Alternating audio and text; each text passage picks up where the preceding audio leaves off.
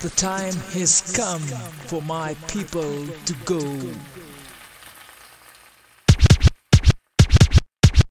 I'm not a queen, I'm a servant of the people. I'm not a king, I'm a servant of the people. It's what the people demand. We gonna keep fighting till we get that land. I'm not a queen, I'm a servant of the people. I'm not a king, I'm a servant of the people. It's time to rise to get what we want. We got to organize. Good morning, good day, good evening, good afternoon, good night, good people, good comrades, wherever you are in the world. I am Jamila, and I am here with Comrade Evan. We are representing the Kaji Circle of the AAPRP. This is the Peninsula Podcast. Of course, as we mention every single week, the objective of the All-African People's Revolutionary Party is in accordance to Pan-Africanism, which is a unified socialist Africa. If you have any questions around that, please let us know, contact us. We're here, but we are working towards unified African socialism into world communism. So that is the ultimate goal. But in between time, in the meantime, we are in a transitory period from capitalism. And you can hear all about that on our shows, to socialism and moving into communism. And we are very open about that. So we are discussing the International Working Women's Day. I know that under a capitalist system, there's a Mother's Day and there's a Father's Day and there's the Labor Day. And of course, that is to divert attention from the real Labor Day, which is May Day, of course, May the 1st. But we celebrate the work of women and marginalized gendered folks every single day because all of us are at the forefront of the struggle. And we want to highlight that and understand that the struggle waged should be an anti-imperialist one. It should be an anti-capitalist one. It should be an anti-colonialist struggle. So we are here to discuss and highlight that. Before we get into any of that, we urge ourselves and we urge every single one of us to honor our ancestors, because without our ancestors doing this work, we wouldn't be here to be informed about the type of work that we need to do. So we are inspired by our ancestors to continue doing the work they did and pass it on to the future generations. So, Evan, who are the ancestors we are honoring on this episode? Two ancestors that we're going to honor in this episode are Mabel Dub Dankwa and Hawa Takao. Mabel Dub Dankwa, she is an African writer from Ghana. She's a writer, journalist, and she supported self-governance against colonization. And she's part of the positive action movement to get rid of the British from Ghana. And she is an influential writer, as I mentioned before, and she influenced other writers, other later writers, such as Ama Ata Ayo. So if you haven't read about Mabel Dankwa, we urge you to check her out. We also want to honor Paula Tako, who was a Somali activist. She was a member of the Somali Youth League against Italian colonization of the country that's now known as Somalia. She was killed during the 1948 riots in Mogadishu. We want to honor both of them for their contributions for anti-colonization, struggle for self-determination of Africa. We hear about International Women's Day or just plain Women's Day. What are some of the first things that come up when you hear about it? You can be the first of this. You can be the first president. You can be the CEO. You can be all of these things to attribute to the capitalist system, contribute to it, do one better than men. You can do as well as men. But of course, it's always under what is seen as competition of the capitalist system. So again, it's never about the folks on the front lines. It's never about actual workers who have their labor exploited in order to make profit for these CEOs. It's never honoring those women. It's always people who are contributing to forward the capitalist system. That is usually what I hear when I hear about Women's Day or people talking about Women's Day. What do you hear? Yeah, I usually hear some of the things about a lot of very liberal point of view of we got to break the glass ceiling. We have to be the first president, as you say, to be the first president, the first general, the first entrepreneur, this and this and that. You hear a lot of this for other days or months, celebrating people who have been marginalized by the capitalist patriarchal system. It's all about first people to do this, first person to do this, and not about the fact that, as we talk about in all of our podcasts, as well as the party, that we're all about understanding that the masses make history. Absolutely, masses making history is what's going to affect any change and create any change. Folks who are marginalized genders, women, tend to be at the front lines of the struggle for that. And one of the things we're hearing now is, oh, Biden nominated an African woman to be part of the Supreme Court. So of course, that's all over the place. And that's diverting a lot of attention from marginalized folks all over the world at the hands of US imperialist policy who are being oppressed. But of course, he nominated a woman with locks who wants to be on the Supreme Court. So we have to really look at these folks' record.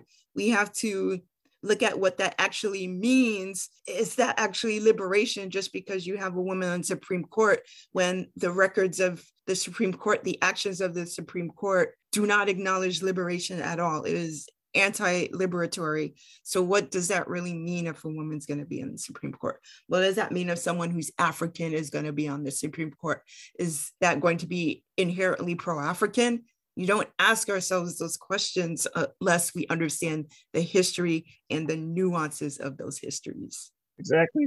And to think about another part of recent news is that the ambassador for the United States to the UN is also an African woman. In what ways is she helping the liberation of any women workers or any Africans? In either way, we have to keep on asking ourselves these questions, understanding the material basis for what we're struggling for, and not just look at very bourgeois individualist victories or any of these parasocial relationships. And another thing is that we have to also recognize that for Women's Day, there's one part that keeps on getting missed out. It's the intent of Women's Day was originally International Working Women's Day.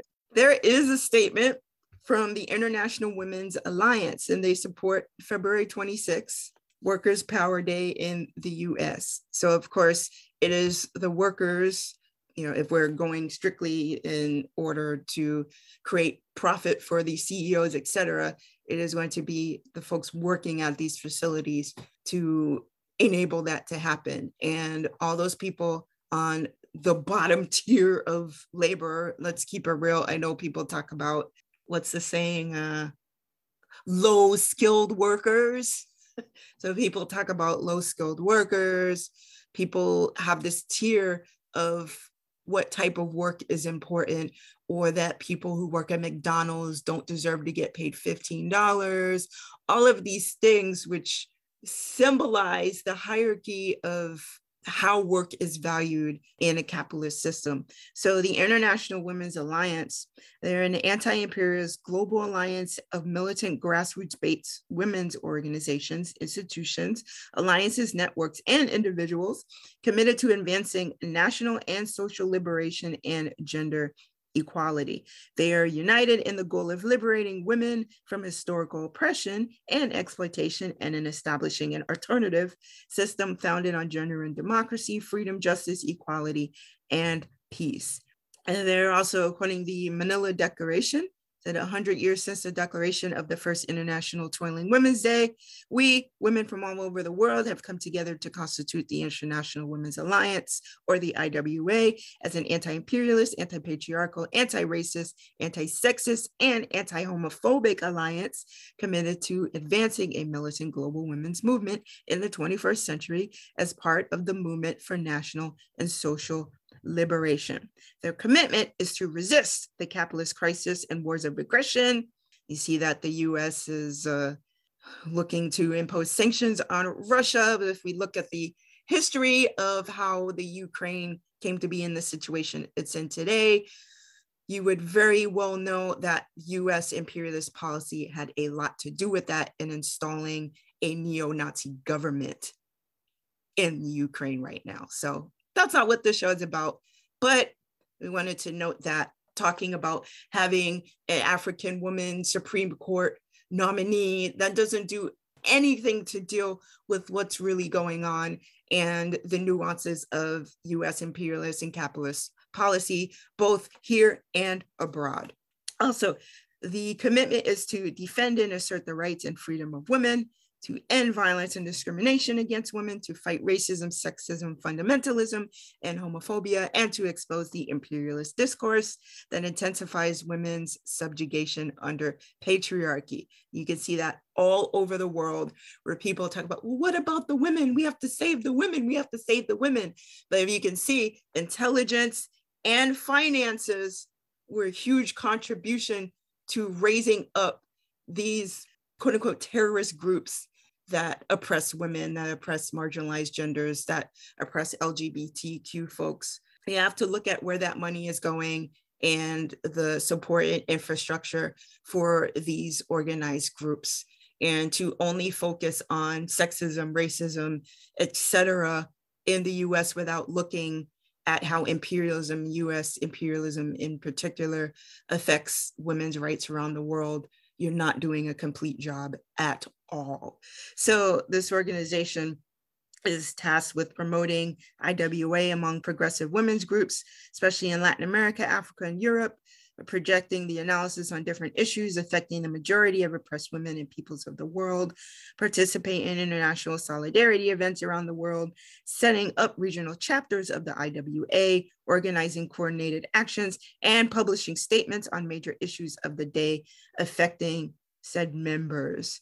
So their statement on February 26 is, in solidarity with workers waging unionizing campaigns around the world, we demand that workers carrying out this struggle not face harassment or unjust termination, that the Starbucks and Amazon corporations allow for fair and safe union campaigns and refrain from harassment and intimidation of workers, and that the Memphis 7 be reinstated and allowed to continue their unionization efforts.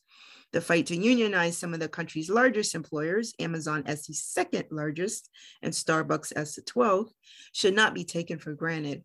The recent explosion of union organizing efforts and strikes across the US, led largely by women and people of color, follows the popular anti-racist mobilizations that erupted in response to the lynching of George Floyd by Minneapolis police in May 2020. The movement against white supremacy and the movement for fair and safe working conditions are intrinsically linked to the rights and welfare of the working class. On this 10-year anniversary of the murder of Trayvon Martin, IWA raises a fist with all oppressed and exploited people suffering under US imperialism, white supremacy, and patriarchy. While the salaries of CEOs have only increased during COVID-19, Kevin Johnson of Starbucks raked in $20.43 million in 2021 alone, while Amazon's Jeff Bezos has boasted record-breaking profits throughout the pandemic. Workers have been neglected by a government and healthcare system that have been slow to meet their needs as they struggle through a global pandemic. Workers have had to work in unsafe conditions, risked exposure due to profit-seeking quarantine policies, lost their jobs and their homes, and have been terrorized by law enforcement and ICE. 7 workers behind union organizing efforts at Starbucks in Memphis, Tennessee were fired. The company citing previously unenforced or minor company policies that historically have not resulted in termination. On this Workers' Power Day, IWA demands that the Memphis 7 be reinstated and their right to unionize be honored without retaliation. And there are several other things said. We will post the link so you can read this for yourself. One of the things I did want to mention is the trucking protests that's been happening in Canada. A lot of people have been celebrating what's going on and the mandate that existed, sort of the emergency mandate that got popped out by the Canadian government, saying, well, now we have state-sponsored censorship and all of this. What people don't understand is that they are in support of people who support neo-Nazism, that support white supremacy. So we have to understand these fine lines. And recognize where critiques need to be made. Yes, we do need to honor workers. We need to understand that workers are the ones who ultimately have the power. But when there are situations like this, we have to understand there are dialectics involved. So we cannot blanket support workers if they are not contributing positively to the workers' movement. There's the other situation where people are like, we need to support Ukraine, we need to do this. Again, understand what happened in 2014. The US financially, economically supported the usurping of a democratically elected government because they wanted to financially deal with Russia. So what they did, they took some of the protesters that were anti-Russian and anti-communist, and the US loves anything that's anti-communist, even though they don't like Putin. Putin's very anti-communist, but somehow Russia, because Russia has nuclear weapons, it's like there can only be one. So a lot of the folks, yes, they may be workers, but they're also neo-Nazis. And a lot of those neo-Nazis got placed in the Ukrainian government with the US government's knowledge. So it doesn't matter what ideology or alignment those people have, as long as they're anti-communist, as long as they're going to depose the current government, which is pro-communist, it's okay, we'll support you. So we can't do the same thing where it's just like, well, women, they can be president, they can do this, they can do that, when there's a Hillary Clinton that has contributed to a lot of anti-African policies, contributing to the situations, the existing material conditions of folks in Haiti, of folks in Honduras, of folks in Cuba, of folks in Libya. We can't just outright and blanket support women because they're women. When we have to look at their policy decisions, we have to look at what they've supported. And anyone who signs off consciously to be part of the US government, you have to understand there is a trust that we cannot have because we know where they're going to stand. In very rare cases, if at all, there's those couple of people who work against that system, but it's very rare. And you can count on less than one hand of folks who were very consistent in their anti-imperialism or anti-capitalism. But Hillary Clinton is not it. Kamala is not it. None of these women that are honored are not it. So please research a lot of these organizations like the International Women's Alliance and support organizations like that who are actually doing work and making connections between imperialist policy and capitalism, and how imperialism harms women, imperialism harms marginalized gender, imperialism harms folks in the LGBTQ plus community. We have to make those connections or else we're not doing the full job that we need to do. And in addition to not only all those things, but also if people are concerned about the rights of women to not be exploited for their bodies, for exploited sexually or any kind. Like if you're against imperialism, you're also against the role of trafficking and prostitution of women. So those two things are tied together. That we have all these spaces, we have all these neoliberal economic forms, all that going on that only enhances the commodification of people, and that includes women from the global south. That's another thing. So you have to make those connections there as well. And so to go back to our original question about what people think about when you hear about International Women's Day, you also want to go back to understanding the origin of the day itself. So you think, oh, these socialists, all these communists, they just want to claim everything. See, I told they just want to ruin our fun, blah, blah, blah. But that's just the history of it. We're just looking at the history of it and saying that the first, well, what would be now called International Working Women's Day was called National Women's Day. It was organized by the Socialist Party in 1909. And one of the figures for that was who, funny enough, happened to be from Ukraine. But it's just a coincidence. It's just funny considering the things that are happening. And again, and then I want to read this quote from another later communist, Mahatma Gandhi, of the Communist Party of India, Maoist. She talks about the history of the day. Towards the end of the century and beginning of the 20th century, a working class women's movement developed rapidly. The high point of this was a strike of almost 40,000 women garment workers in 1909. The socialist women were very active in Europe, and leading communist women like Eleanor Marx, Clara Zetkin, Alexandra Kollontai, Vera Zasulich were in the forefront of the struggle to organize working women. Thousands of working women were organized, and women's papers and magazines were published. It was at the Second International Conference of Working Women in Copenhagen that Clara Zetkin, the German communist and famous leader of the international women's movement, inspired by the struggle of American women workers, through a resolution to commemorate March 8th as Women's Day at the international level. There's another article that we'll take a little bit from as well. It's by Tema Kaplan, which differs slightly from Gandhi's position on the role of Zetkin and the setting of the date, but still, we do want to emphasize that it's not just that, even though it gets generalized to some sort of generalized sexism, where this will apply for both the lumping women and proletariat women, as well as bourgeois women, that it orbited with the people who are creating the wealth of society and reproduce society. That's one thing you have to remember. Indeed. I want to mention one thing about Ketanji Brown. People might call it liberalism. People might call it trying to not shake up anything. Back in 2013, she was speaking to the Senate for the confirmation for the U.S. District Court.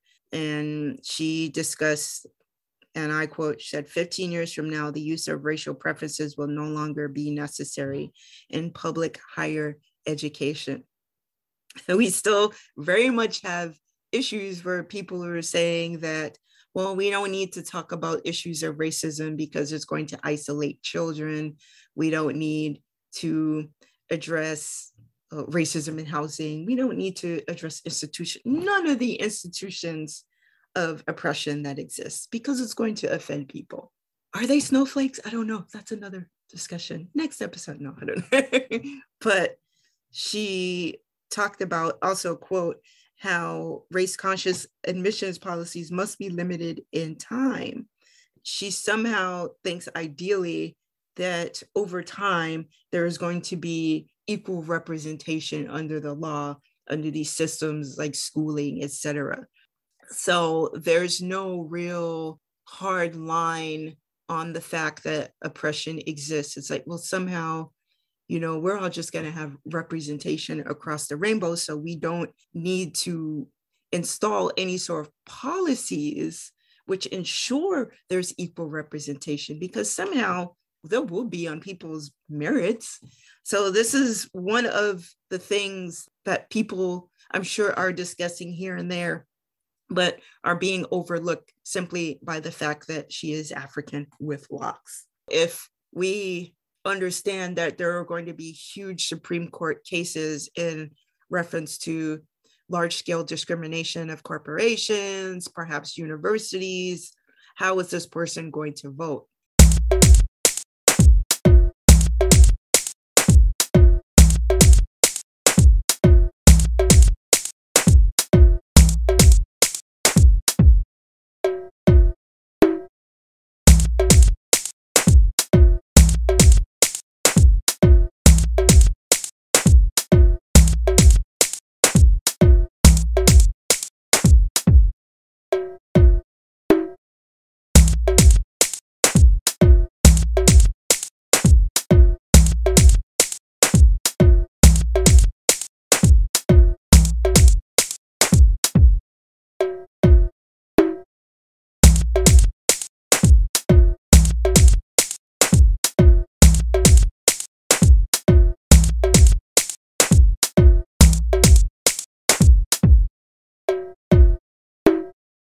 I'm sure, you know, based on other aspects of her history, she's obviously not saying racism is a good thing or something that's in the past, judging from whatever amount of activism she's done in college, etc., or in grade school.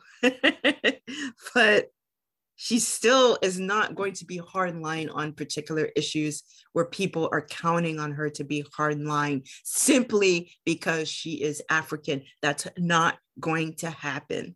So Joe Biden, who is absolutely, yeah, he was friends with Strom Thurmond. Let's keep that real.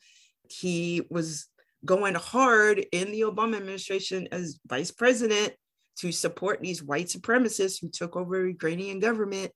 He, in 1977, didn't want his kids mixing in with Africans on the other side. What do you call it? A jungle? I mean, this, you can find all of this on record and on camera in some cases, the words of Joe Biden and his racism / white supremacy. So this is not coming from us. This is actually on tape and this is on record.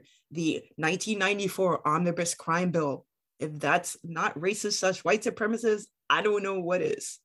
So you can clearly look at this person's record as a senator. You can look at his record as a vice president, and you can look at his record now, and you can see that simply nominating an African woman in the Supreme Court, I would say that's a cover up for a lot of the things going on, but he's also not going to nominate anyone that's revolutionary. Really think about that. Look at people's records. Don't look at identity politics to say, well, someone who's African, someone who's woman, someone who has locks, someone who's in the LGBTQ plus community, someone who is indigenous, but oh, that's going to be equal representation. They all still have to vote, and the majority of people in the Supreme Court are the ones who sway the vote. So even if she was the only one who was like, well, I don't know, we really need to address this issue, what's the rest of the members of the Supreme Court? Are they going to sway the vote in favor against that? I don't know, but I don't see her really swaying the vote on the side of the revolution. So I don't see personally how that's helping simply because she's a woman. I don't see how that's helping simply because she's African or she has locks. Let's look at the history of the US here. Clarence Thomas being on the Supreme, Clarence Thomas. Just because someone's African doesn't mean anything. So, just because someone's a woman, it doesn't mean anything. Exactly. I think there's such thing as internal colonialism. The system is not going to destroy itself intentionally by promoting people who have principles that counter it. It's just that's not going to happen. There might be occasional mistake, but for the most part, if you get to a certain point within the imperialist state, you're going to reflect its values. As Brian say, when regards to journalists who think they can say whatever they want, who think they have freedom. You think you say what you like, but you're there because they like what you say. So you're going to get a self-selection of people who are going to reaffirm those values, that you have to have a mass base of anti-colonial, anti-imperialist groupings to make sure that the state is challenged on the regard. Otherwise, like you said, you're going to have someone that looks like Nyari or Erykah Badu, but they're saying stuff that sounds more like George Wallace or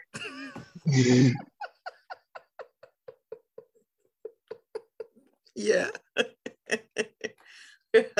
Woo, for real. I am not my hair, but I'm also not black. I have nothing to do with Africa, even though I have an afro. I don't know. Oh my goodness. Would you say that the feminism that's celebrated today by various groups, because of course there's different sections of feminism, would you say that it is maybe not across the board, but largely anti-imperialist? Would you say that it accounts for intersections? Would you say that it looks at capitalism as being a primary culprit? Where are you seeing feminism today? It's really in the core or the global north countries, especially here in the United States. I think even if you have feminist groupings that do look at capitalism, they might look at it as sort of another identity. They use classism, but in a way of, oh, don't say anything bad about poor people or homeless people or so forth, but not in a way that sort of says, okay, we have to challenge this in some way. We have to revolt in some way. I think it goes along with, in general, a sort of a general pacifism or reformism that's present in a lot of things. Again, like we understand that past experiments or current experiments in trying to implement socialism have had their faults. We're definitely going to say that they have their faults, and we're not going to deny it.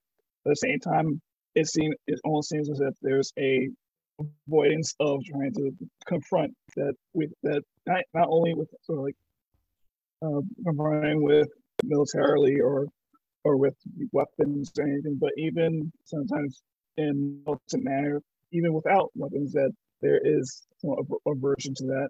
And even when we talk about being at the intersections, I think again it's done in a way that reinforces some of the neoliberal or like this form of global capitalist system, rather than doing so in a way that they're challenged that the people in global north might take advantage or are gaining advantages of the exploitation of places like Haiti, of places like Bangladesh or Indonesia or Mozambique or somewhere like that.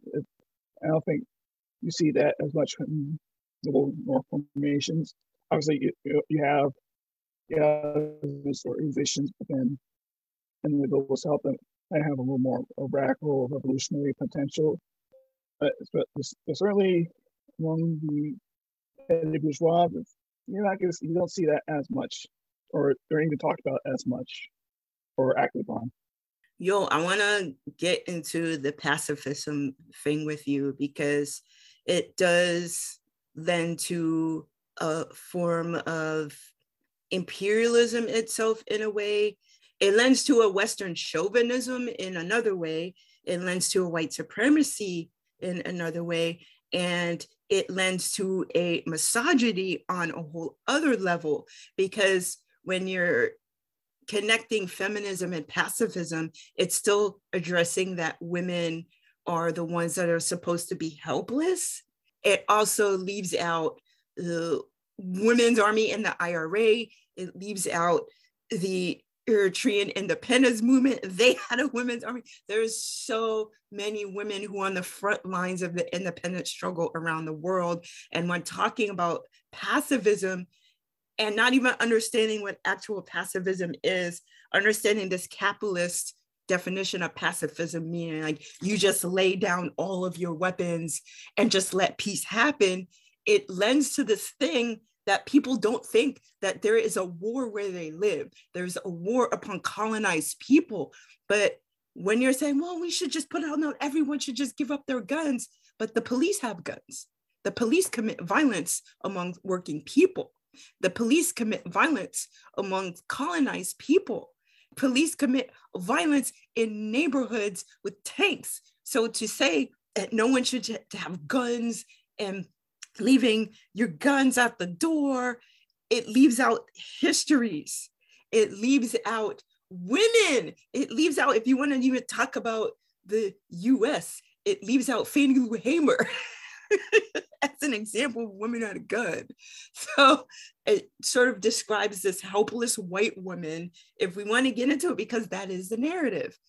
The helpless white woman needs men to protect them. So even if someone's calling themselves a feminist, it's still giving into this idea that women are helpless, because it's attaching the label of pacifism to women and feminism, because women are just nurturing and women are gentle and kind.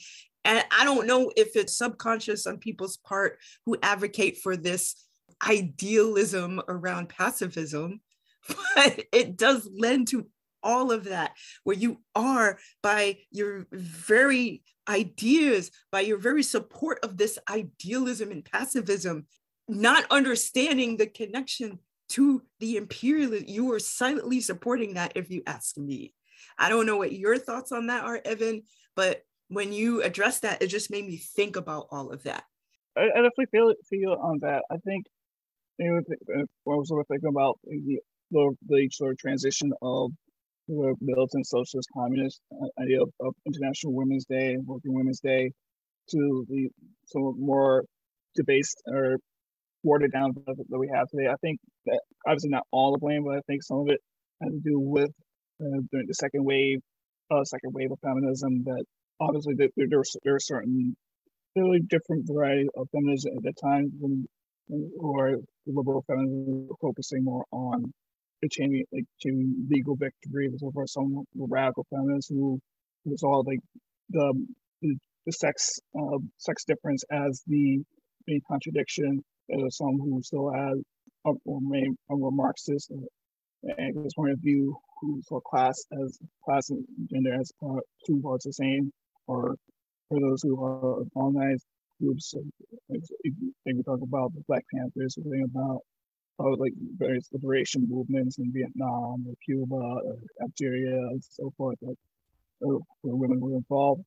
Especially here in Wilburn, I think some of that have to do with like some of the residue from feminisms that sort of made it seem as if like men and women were of two totally different planets. I guess that if there was just a man of all women who had them more peaceful, who more caring, sensitive, I think some of that got emphasized, and the sort of class aspect of the role of the patriarchy and capitalism in some ways got left behind. I think and it also goes back to Anuradha Gandhi.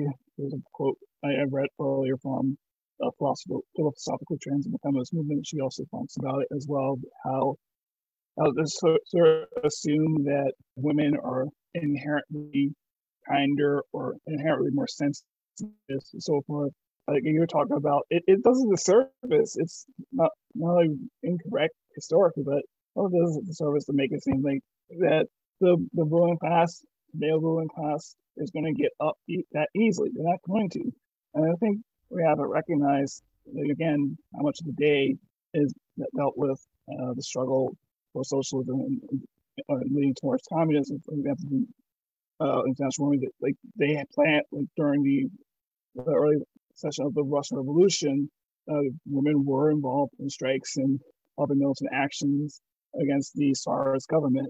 You think about Alexandra Kollontai, she was and Lenin, they instituted the day once the Soviet Union came to power. Dolores Ibargüen in Spain, or against the reactionary right-wing nationalists. You think about in China, the Chinese Communist Party, they also had National Women's Day. So I think, and to sort of sum that up, it's a way that capitalism is able to defang these things and take whatever positive or criticisms that come from previous movements, from previous philosophies, and then sort of make it so that people forget what the heck the criticism was all about. So the criticism about workers' movements that might not have done as well for considering the women question, and they make it so that, you want to remember class, role of class in it? Oh, sorry, it's just about the fact that you don't have a Disney movie after you.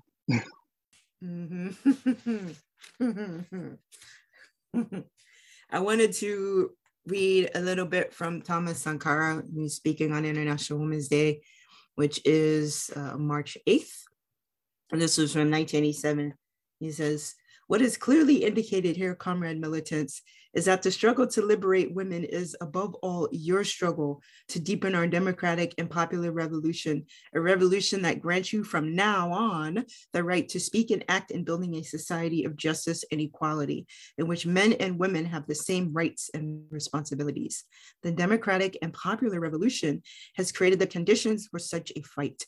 It now falls for you to act with the greatest sense of responsibility and breaking through all the chains and shackles that enslave women in backward societies like ours, and to assume your share of the responsibilities in the political fight to build a new society at the service of Africa and at the service of all humanity. In the very first hours of the democratic and popular revolution, we said emancipation, like freedom, is not granted, it is conquered. It is for women themselves to put forward their demands and mobilize to win them. In this way, a revolution has not only laid out the goal to be attained in the struggle for women's liberation, but has also indicated the road to follow and the methods to use, as well as the main protagonists of this battle." It's laid out right there. People who are marginalized, who are oppressed, cannot go to the oppressor to figure out what to do.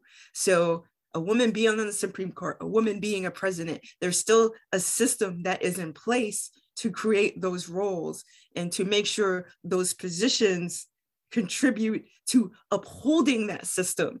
So to request for your freedom for these people and think that a woman being in these roles is freedom, no, you have to take your freedom from people who are withholding it from you. And it is the responsibility of everyone to participate in that liberatory struggle, but it has to be the people in those particular groups that are in the front line to take charge of their liberation. So we can work together, but it can't be folks who are the folks who benefit the most from patriarchy, for instance, to be like, okay, we're going to lead the struggle for you women. No, that doesn't make sense. It, of course, is beneficial for folks who benefit the most from patriarchy to do a whole gang of work in order to make sure that patriarchy is done away with. But the people who benefit the most from patriarchy cannot tell the folks who are the survivors of patriarchal attacks or whatever, how to deal with that. So that is what this is about. And I'm saying, like, we cannot work as individuals to assure our liberation. We have to work together as the masses to ensure our liberation. It cannot be done alone. It cannot be done with just 5 people. It cannot be like, well, I'm just doing this thing or whatever. No, it has to be done by the masses. And of course, once we get liberation, people who didn't participate in getting there, oh, great, we have liberation. It's like, but you didn't do work at it. So now you're okay with it. So this whole idea of, well, women or whatever marginalized groups, y'all had a president, y'all had this, y'all had that. So I don't know what y'all complaining about. The system's still the same. So how are we going to do anything under the system of repression? We're still going to keep running into the same problems. So we have to work on our terms in order to work towards the things we want and to reach our objectives. So the words of Thomas Sankara are very wise, and they still hold up to this day. Yes, we always thank you, Ms. Sankara, for that. Also, thinking of Ms. Toure for that as well, about the role of women in revolution. And also, I think another point I want to go back to, as far as why that's sort of pacifism. I think there's also, especially more Western discourse, in some ways, that there's a tendency, like, compared to, and we sort of made a contrast between in Western discourse and as among Hans people, that there's an idea that what role do men, for people who benefit the most from patriarchy, play. I think in some ways, the discourse almost makes it seem as if, even though, like, right wingers, the reactionaries so overplay the whole point, there's almost a aspect of how those benefit almost have to sort of like bow down to women in some way. I don't know if it's the like right of words to use.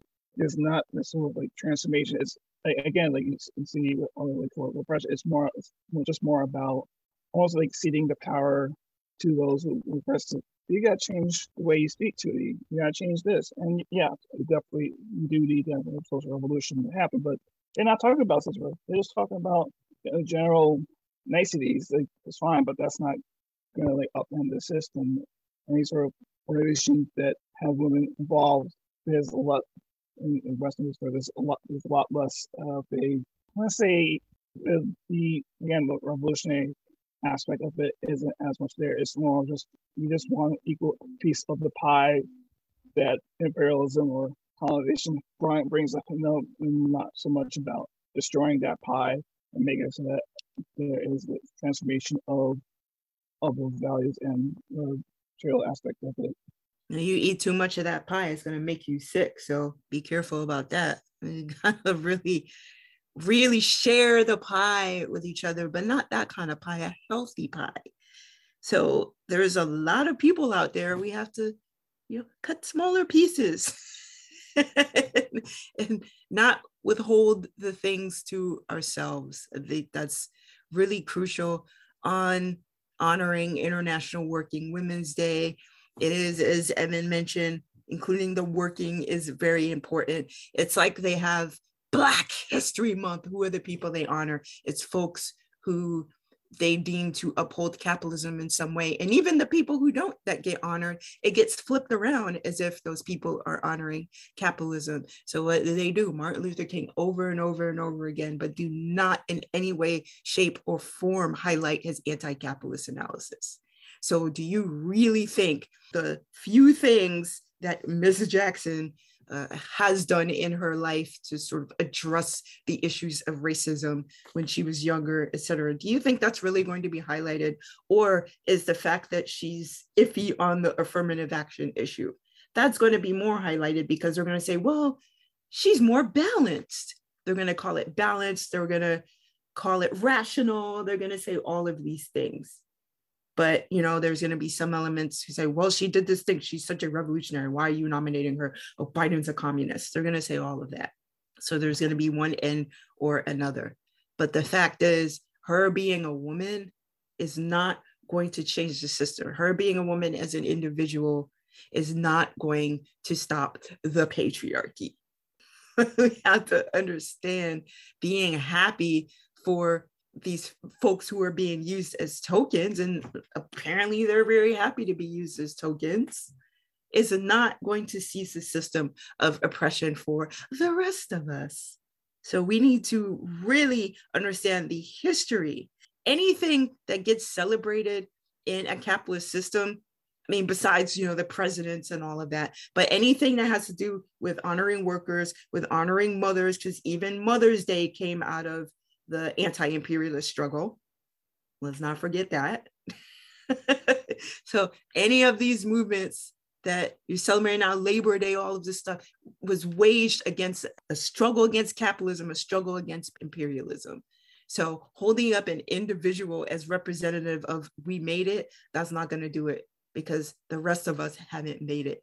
And how much do you have to sacrifice morally, spiritually, et cetera, to get to that point? That's another question to be asked.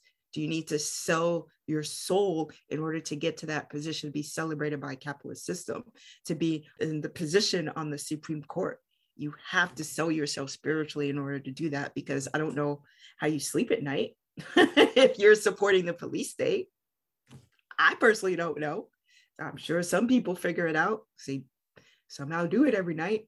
But we have to understand that a lot of these things that capitalism has co-opted have come out of the struggle for liberation, an anti-capitalist struggle for liberation, an anti-imperialist struggle for liberation. And it is women, it is folks of marginalized genders, it is working class people, it is folks who are in the communist and anarchist movements who have started what is now celebrated and co-opted by a capitalist system. We cannot forget these histories. We cannot leave out all of the women in the front lines. Whether or not we know their names, we still need to honor them. It is of utmost importance.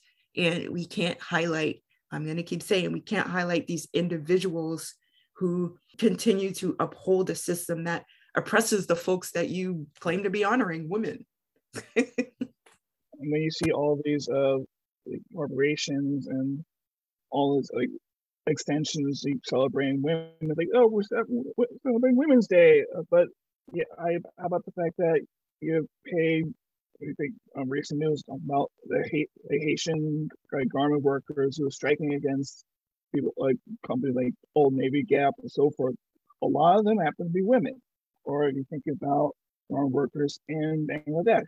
A lot of, you remember a few years ago, the collapse of Rana Plaza, a lot of them were women who were killed in that collapse. And or you think about the many domestic workers or prostitutes, or even within like even within the global north, you think about retail workers or fast food workers. A lot of them are women too, and oftentimes they're women who are African, they're mestizo, they're from colonized nations. So you can't celebrate, oh, look at all these like lean in feminism or this girl boss feminism. You can't, and we're celebrating women, but the vast majority of women who are doing the hardest work, who are doing the most exploitative work, who are getting paid very little, or might be not being paid at all, who are doing the reproduction of capital, who are doing all that. You can't celebrate women in capital at the same time. They're in contradiction. And let's not forget the trafficking that exists for folks who are marginalized, but yet women, marginalized folks, continue to be sexualized.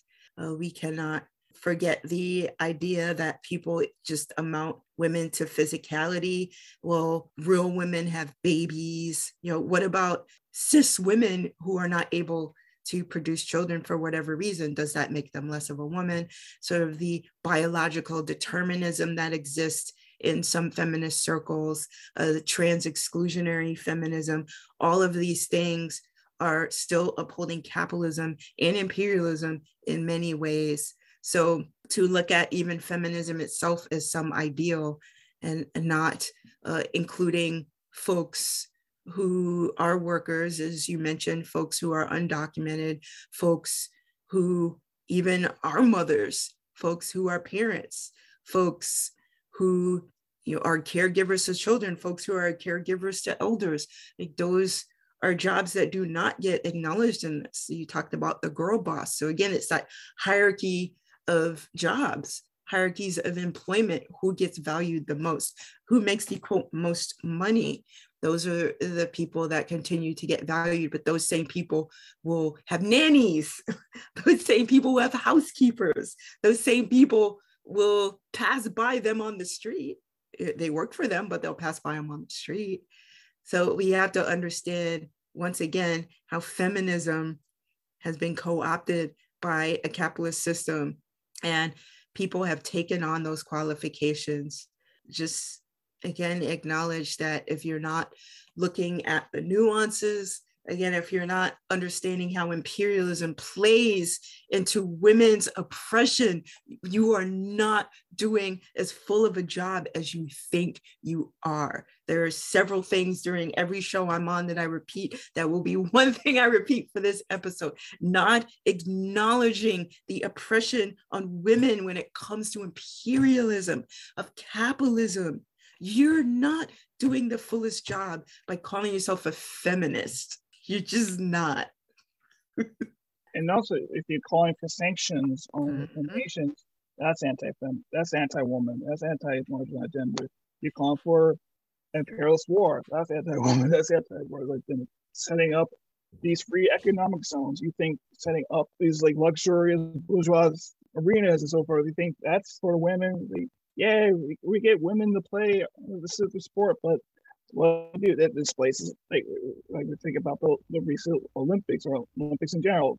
Like, if people know, I'm a sports fan, so it might be hard for me to say, but again, for like especially these larger sporting events, they displace people, and what do you think? A lot of them be women too. So you have to consider all these things when you know about like all this equality stuff. Like, I know Formula One races in Saudi Arabia of all places, and I don't know, one of the drivers, they tried to get women to like get more involved in racing, but in the end, is that doing anything for like the masses of women who are oppressed by a fundamentalist semi-colony of the West? No.